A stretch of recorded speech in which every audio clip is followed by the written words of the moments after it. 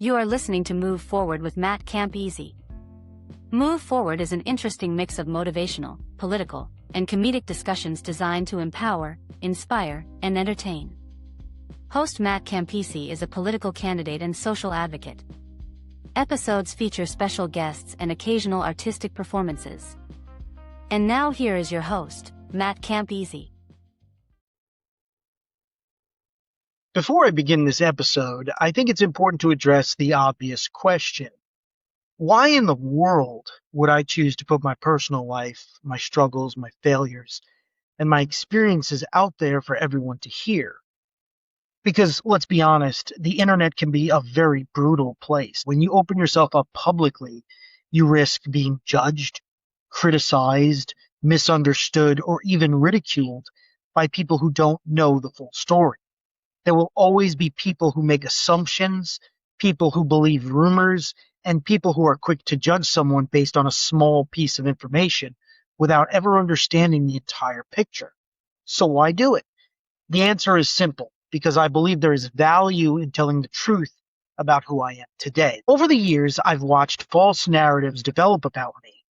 I've seen people form opinions about my character, my decisions, and my life without knowing the experiences, challenges, and circumstances that shape me. I can't control what everyone thinks about me, and I can't change every opinion that exists, but I can control my own voice. I can tell my own story.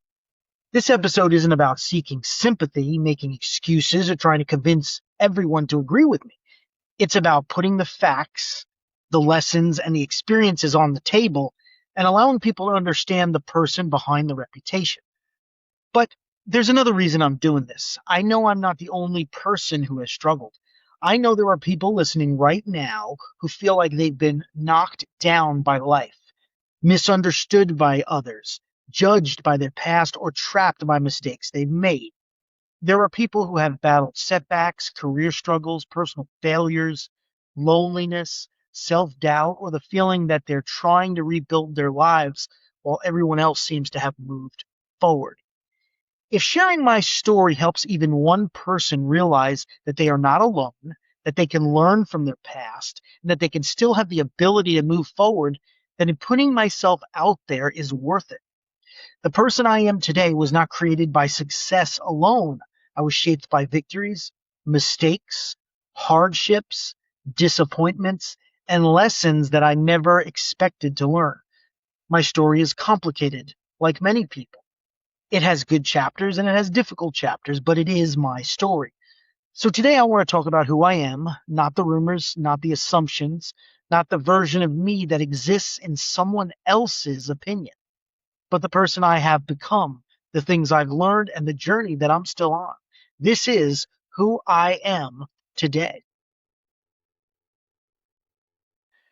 When people look at who I am today, they see the adult.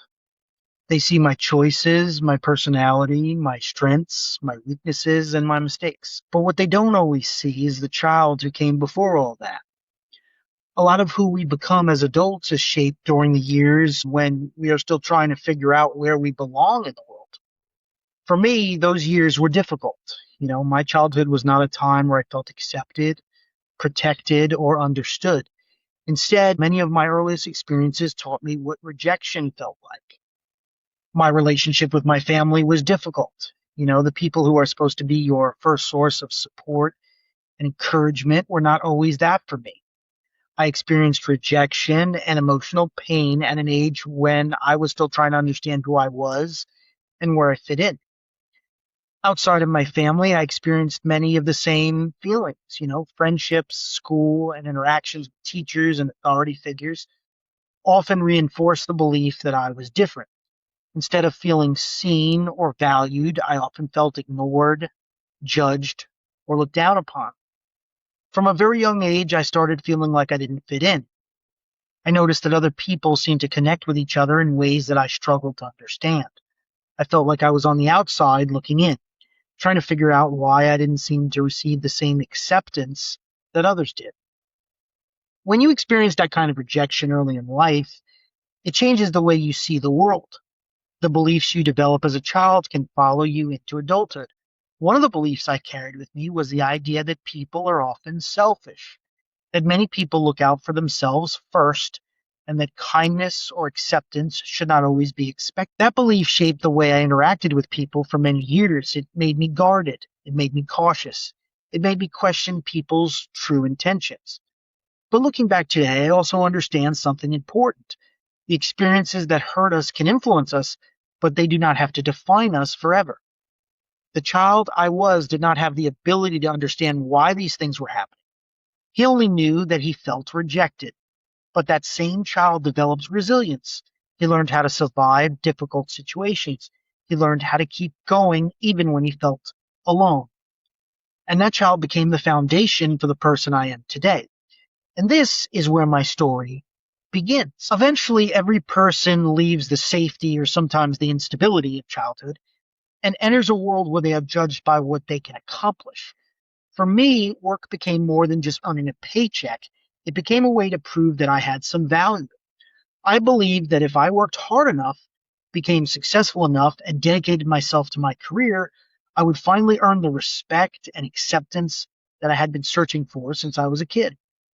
Unfortunately, life didn't work out that way.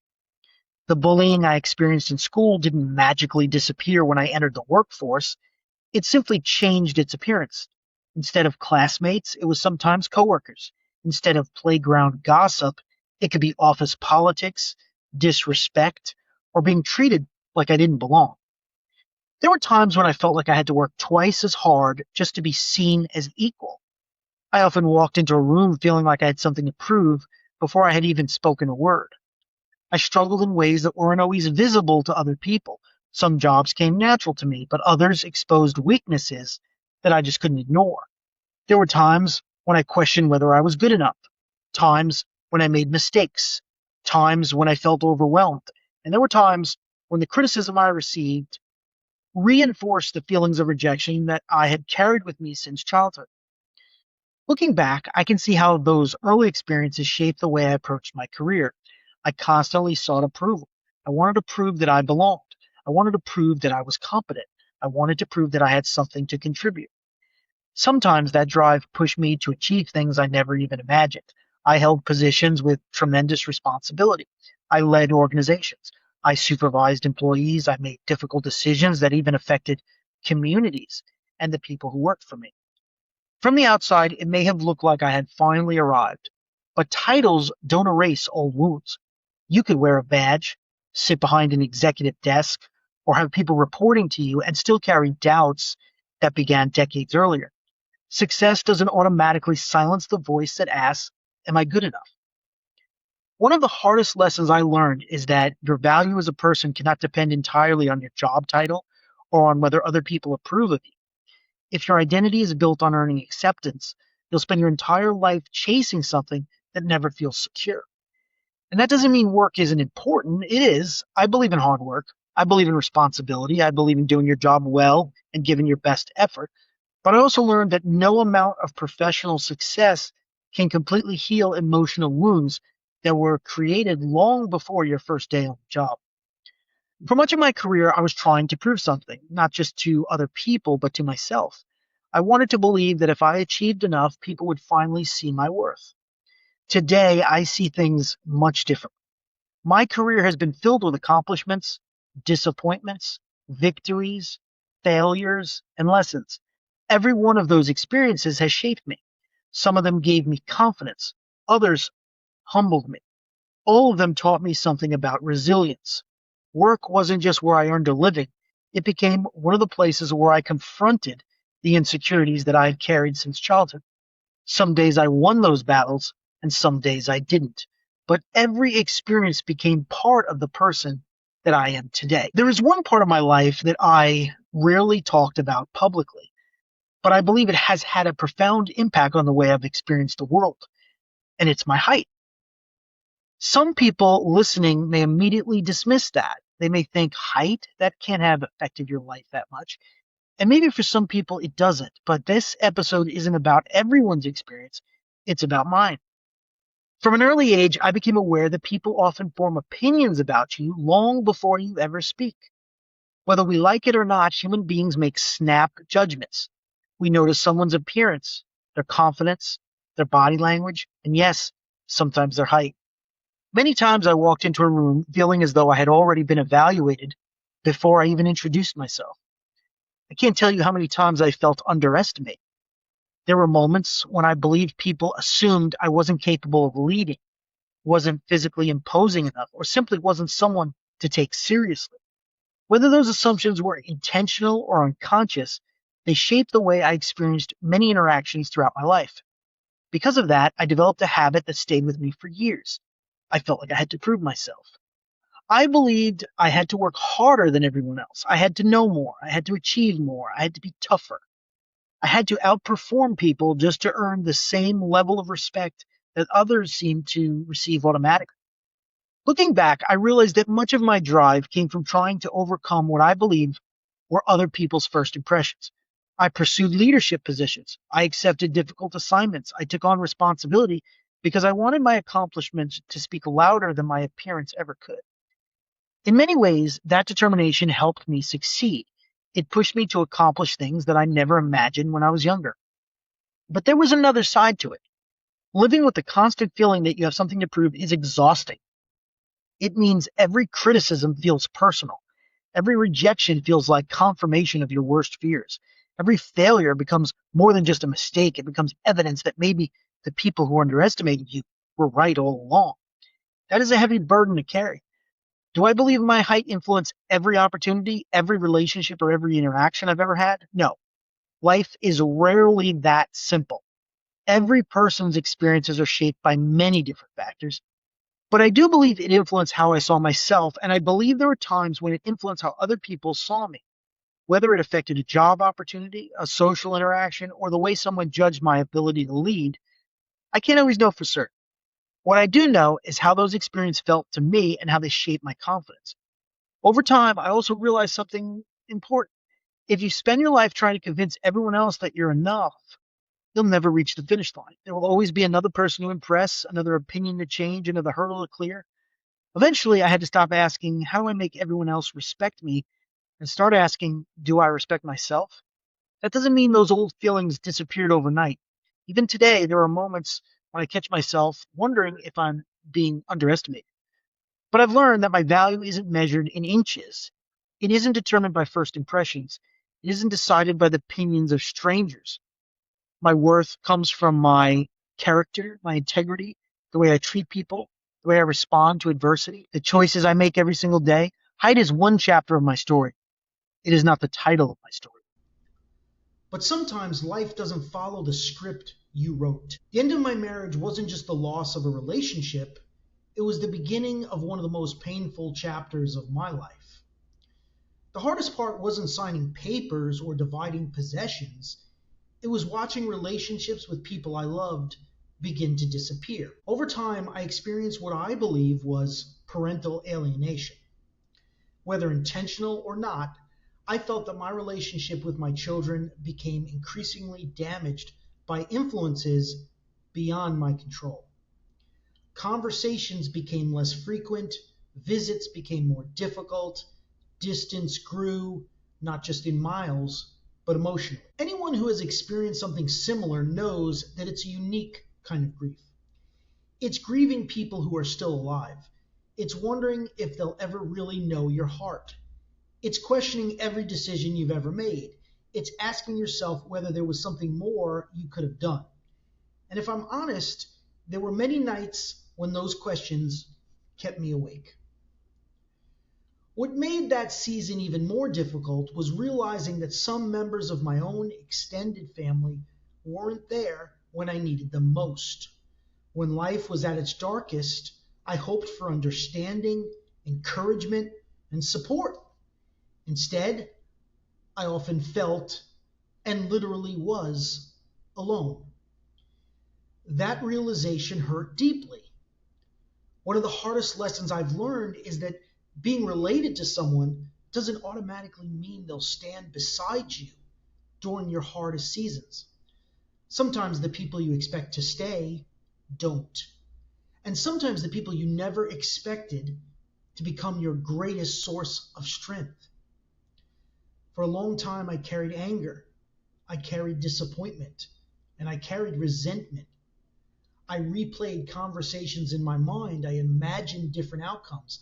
I wondered how things might have been if people had chosen differently. But eventually, I realized something important. You cannot build a better future while living in yesterday's pain. Forgiveness doesn't always mean reconciliation. Let me say that again. Forgiveness doesn't always mean reconciliation. Sometimes forgiveness simply means refusing to let bitterness control the next chapter of your life. I've learned that peace isn't found by winning every argument or convincing everyone to understand my side.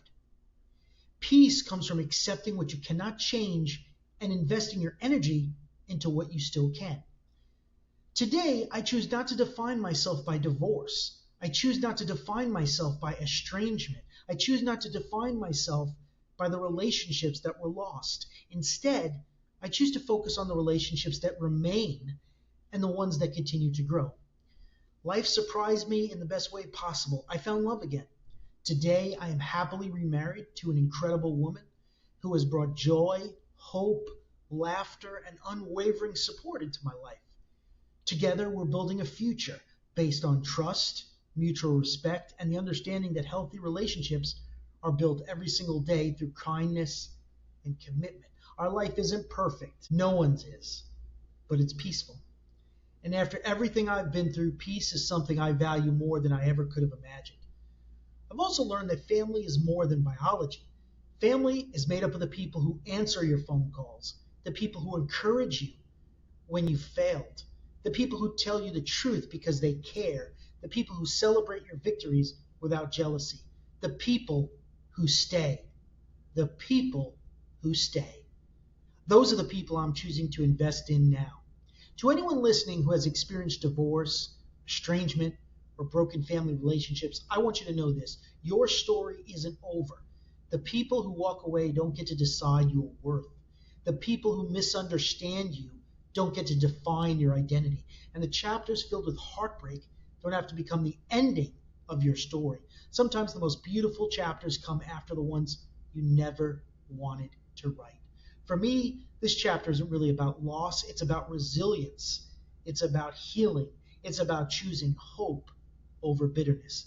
And it's about building a life with the people who choose to love, respect, and walk beside me. These are the relationships I'll continue to protect. Those are the relationships I'll continue to be grateful for. Those are the relationships that remind me every day that even after tremendous loss, a meaningful and joyful life is still possible. Thanks for listening, guys. And as always, have a great day.